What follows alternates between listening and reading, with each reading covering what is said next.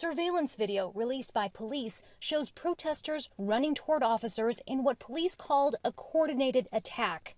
Atlanta's police chief said the demonstrators hurled Molotov cocktails, rocks, and fireworks to disrupt the construction of a police training center.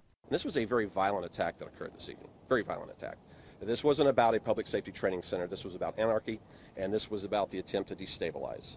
Protesters say the target was an empty construction trailer that was set ablaze. No police officers were injured. A nearby music festival, also held to oppose the construction but separately organized, was interrupted when officers descended.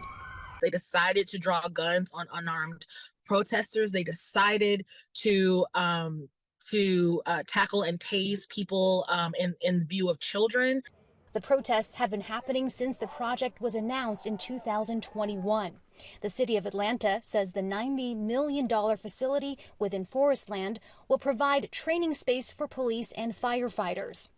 Protesters say it's an effort to further militarize law enforcement after the police killings of George Floyd and other Black Americans.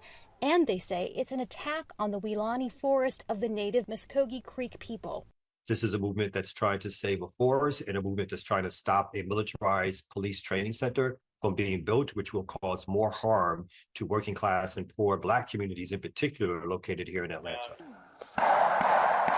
A January confrontation between police and protesters led to the death of a 26-year-old environmental activist. Police say he opened fire on them first. They will frame the forest protectors as domestic terrorists while they use weapons of terror on Atlanta residents.